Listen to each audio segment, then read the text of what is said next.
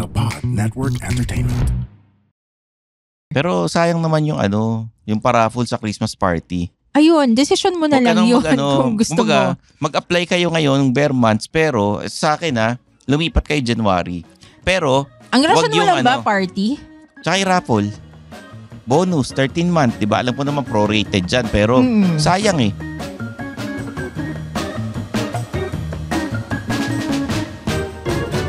Mga Immortal, welcome to the Underpaid Podcast. I'm your host, Stanley Chi. Ito ang podcast na pro-employee para sa mga Immortal wherein we talk about work-related topics in a light manner na para nagkukwentuhan lang tayo. Kasama ko ang aking co-host na si Zar de los Reyes, ang career coach and Upwork expert. At bago natin simulan ng kwentuhan, Zar, like and subscribe to the Underpaid Podcast. Leave a comment, rate the podcast, answer our poll questions, join the Discord and the Facebook group, and follow us in our socials. May social media accounts ang Underpaid Podcast at syempre ako, personal, Stanley Chi, Facebook, Instagram, TikTok, YouTube. Tsaka mag-subscribe kayo sa Suplado Motors. Suplado Motors on YouTube, TikTok, Facebook, Instagram. Ayun. Ikaw naman, Zar. You can connect and follow me on LinkedIn. So it's Zar de los Reyes 1. Okay. Meron akong fake account doon sa LinkedIn eh. As in ginaya yung account ko. Pero anyway. Nireport ba? Kaya nga Zar de los Reyes 1 kasi merong Zar de los Reyes tapos hindi naman parang hindi ako yun. Walang picture mo? Parang wala eh. So kaya Zar de los Reyes 1. Pero matagal na rin yung account na yun. So merong may hater ka. Hindi naman. 2010 pa yata may yun nagpapanggap na ikaw. Ganyan. Or baka na-hack dati. Oo. Tapos, ayun. Hindi ko na-recover. So, kaya Zar de los Reyes 1. Okay. So, ang pag-uusapan natin dahil syempre, bare months na nga at malapit na December, tips namin para sa mga immortal, ngayong bare months, lalo na kung mag-apply kayo ng trabaho, di ba? Alam ko naman na marami sa inyo ang gustong sumakabilang opisina. Oo. Pero there are reasons kung bakit maganda mag-start ng job hunting doon sa bare months Oo, kasi most of the companies na halimbawa sa advertising or sa ibang companies, yung ginagawa nila ngayong November, December. Pang next year na. Tama. It means na if you get a job probably around November or December, it means you can start in January. Oo, para alam ko naman iniisip nyo, new year, new job. Oo. Diba? Ang gandang status yan sa Facebook or Instagram. Also, sometimes there are companies na may budget pa for this year. So, kung gusto mong magsimula this year, then makakapagsimula ka.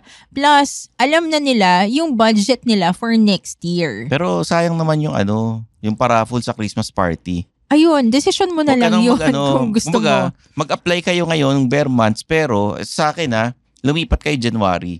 Pero, ang rason mo lang ba, party? Tsaka yung raffle. Bonus, 13 month, di ba? Alam ko naman prorated dyan, pero sayang eh. Christmas naman, happy time yan eh. Oo, pero case-to-case basis yun Kung yung salary mo for the new company, it exceeds everything, pabayaan mo na, wag ka na mag-join ng raffle or Christmas party. And minsan naman, pinapa-join ka pa rin, di ba? Dalawa yan. Pag nagsimula ka ng December or November dun sa bagong kumpanya, pwede kang mamili kung saang Christmas party ka mag-a-attend. Actually. Or kung masiba ka sa pagkain, dalawa attendan mo, libre naman yung pagkain, di ba? Kung parehong maganda premyo. Oo. Pero okay, logically, paki-analyze muna kung magkano yung increase mo dun sa new company at saka magkano yung i-compare mo. Kasi baka mamaya, masyado kang focus dun sa Christmas party, ham, gift basket, whatever. Kasi nakakalimutan mo na maging logical. Etong December kasi ang paraan nila para makipaglandian sa mga crush nila sa opisina. Sa bagay. Kung single kayo di ba? Pero alam mo. Yun ang yun ang parang nai-imagine ko, may mga crush kayo sa opisina, lilipat na kayo sa kabila, di ba? Okay yan kung wala kang crush sa opisina, kung wala kang type doon ka na sa kabilang kumpanya, di ba? Kung malaking premyo sa Christmas party, di attendan mo pareho. Go, bahala ka. Ako nga, meron akong in-applyan dati. matagal na, fresh grad ako. Tapos, sa advertising agency yun. Ang advertising agency niya, ang pangalan, Hana Highway. Wow. Hindi siya kilala, pero meron siyang parang, hindi pa uso yung 24 hours yung parang panggabi, pang umaga, di ba? Yeah. Hindi pa uso yung ganun. Ganun na ginagawa niya kasi Amerikano yung may-ari. Okay. Tapos, meron silang Christmas party. Kakatanggap pa lang sa akin nung time na yun. In-invite nila ako. Tapos naalala ko yung bandang tumutugtog, pangalan Coco Jam. Coco Tapos, Jam? saan yun? Sa may Ross Boulevard, yung lumang hotel, sa tapat, yun, sa lumang hotel. Doon sila nag-opisina. Tapos ang accounts namin, hindi rin kilala ba sa restaurant, ganyan. Tapos may kasama ako rin taga-ahensya rin na na-meet ko ulit sa Leo Burnett. Sabi ko, uy pare, naalala mo ba ako doon sa Hana Highway, ganyan. Tapos marami siyang sideline. Pero yun. Kasi nga, parang 24 hours, may pang umaga, may pang gabi. So nakakapag-racket yung iba. Yun. Na-attendan ko Christmas party pero wala namang raffle, kain lang. Okay. Well, ako dati nung mga nung boss ko si Steve Home, sige sasabihin ko na. Si Steve Home, boss ko for 7 years. Bahay. Kakairita ka. Si Steve, very generous pagdating sa budget. Ang problema, ako nag-organize ng Christmas party para dun sa mga Upwork Talent Solution reps. So, sa mga Christmas party namin, sa Rax. Kasi nagtitipid ako eh. Sikat pa yung Rax nun. Tapos alam mo, ito pa, Rax El Pueblo. Wala na yun, diba? Magkano ang budget nung sa Christmas party ninyo dati? Mga 50,000 lang eh. Ilang kayong empleyado? Mga 50. So 1,000 per head. Parang ganun. Tapos hindi naman lahat sila mag-a-attend. May pang-raffle pa. Minsan kumukuha naman ako ng mga donations. Ganun, seryoso ako. Baka gusto yung mag-donate. Sino yung mga nagdo-donate? Ako. Hindi, marami sa kanila. Malaki sweldo ng mga yun eh. Magdo-donate yung mga yun. Tapos may giveaways pa, ganun. Pero personally, sa 12 years ko sa Upwork, isang beses lang ako nabigyan ng gift basket. Kasi iba-iba yung boss ko recently. So, nakuha ko yung gift basket na yon from our VP of diversity. At saka ang galing. Kasi yung assistant niya ang bumili. Tapos, yung isang team member ko na nasa Pakistan, pero ngayon nasa Dubai na siya, nakakuha siya ng ng halal na friendly. Bakit ka tumatawa? Lang. Ang galing nga eh. Kasi 'di ba VP of diversity. Tapos yun nga. Tapos ayun, anyway, nalaman ko na kami lang pala nabigyan ng gift basket. Pero hindi naman lahat ng empleyado gusto mag-resign.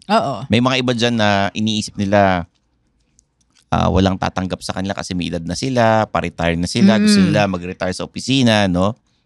Ang tip ko para sa inyo ngayong bare months, mag-practice na kayo ng mga sayaw. Akala ko seryoso ka. Seryoso? Bakit sayaw? Yun yung mga nananalo sa contest. Yung kantahan, yung mga drama-drama, kadalasan, hindi nananalo yan. Di ba grupo-grupo, may presentation, bawat department. Ang laging nananalo yung sumasayaw. Ito, pinayo sa akin ng kaopisina ko dati. Na, talaga? Lahat daw ng sa lahat ng mga grupo-grupo na presentation, ang nananalo lagi sayaw. So kapag ano ba ang topic natin ngayon? Interview tips pag December. Tips para sa mga immortal ngayong bare months. Yung interview tips sa ibang episode yun. Okay. Oo. Yun, mga tips para sa immortal to. Yung mga iba naman, syempre pag bagong hire, inaalam na kung ano yung talent ng mga opisina nila. Ano ba kaya mong gawin, ganyan. May iba sa basketball tournament, yun yung sinasali, iba bowling tournament, pero iba sa song and dance, 'di ba? Song and dance. Talagang kailangan talaga sumayaw ka. At ang pinakamabenta na sumasayaw yung mga matatandang sekretarya na pinasasayaw, mas kunyari nagpapalit-palit ng damit na naguhubad na para chinicheer ng mga tao. Yun yung nananalo. O kaya yung mga lalaking gago na sumasayaw tapos parang pinagbabading-bading or parang beauty contest, yun. Ano ba magandang tip? Ano magandang gift pala kapag kunwari sa mga office mates mo? Ikaw, ano yung regalo mo? Sa mga opisina ko, Oo. hindi ko naman nakikita yung mga opisina ko lagi. Hindi ka nagregalo. Hindi ako wala akong yung mga cubicle. Pero dati ginawa ko, dahil freelancer ako, nagregalo ko sa mga people who are giving me work. Suppliers, accountant, na kung kanino kukuha ng cheque.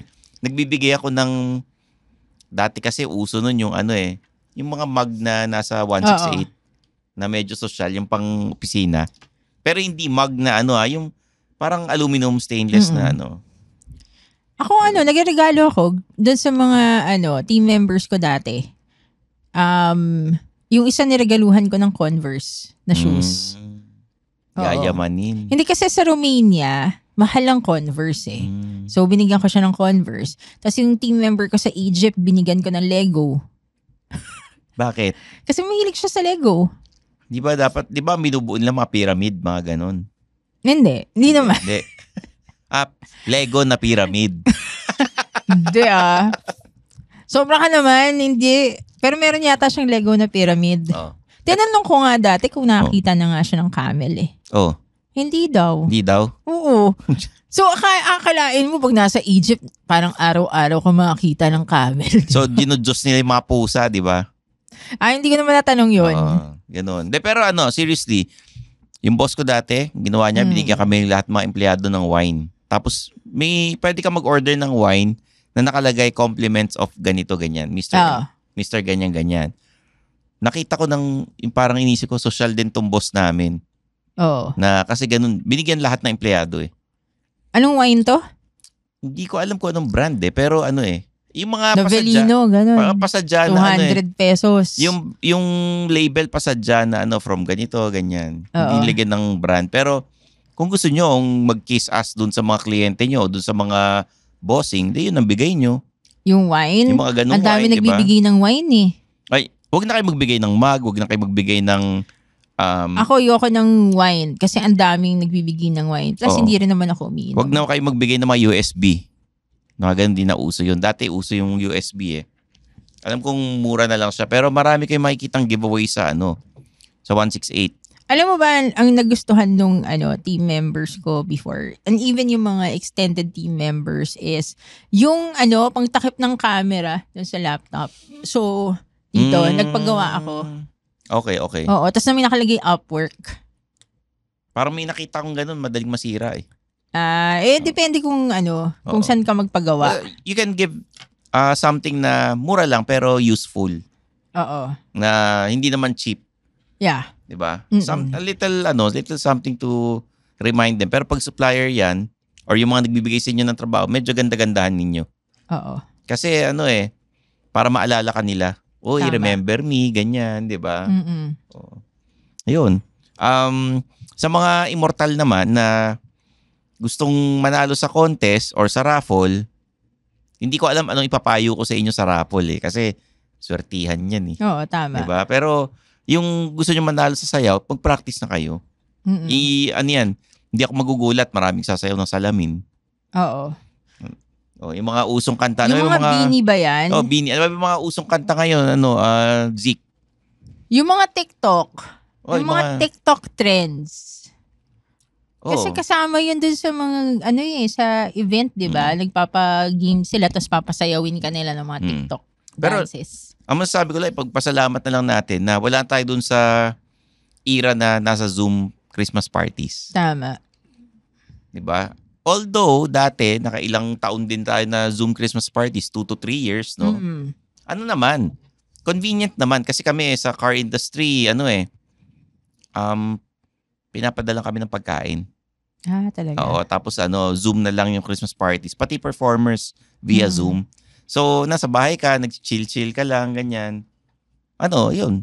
Okay naman. And then, mas lumiit yung budget nila na nag-back to normal eh. Sa mga regalo kasi syempre bongga na yung mga parties sa hotel, ganyan. Last year nagsimula yun sa mga mahal na lugar na pero yung mga hanggang 2022, yung mga Zoom Christmas parties. Pero kung ano man yan, tips kung mag-apply kayo, pagandahin nyo na yung LinkedIn ninyo.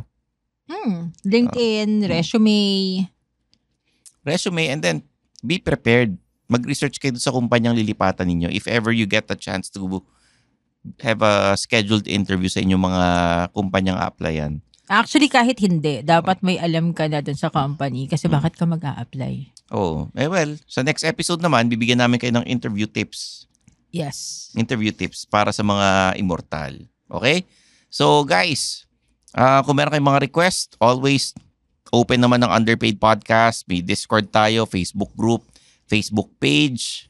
Mag-message kayo sa social media accounts namin and you can send in your office confessions para kwento namin at mapag-usapan natin dito sa podcast. Tama. Okay?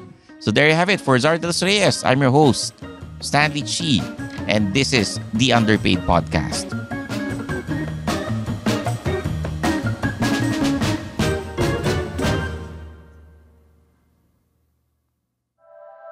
The opinions of podcast creators, hosts, and guests are not necessarily reflective of the official stance of the Pod Network Entertainment, its hosts, or other network programs. The content created by the people behind the podcast is personal and not meant to harm any religion, ethnicity, group, organization, company, or individual.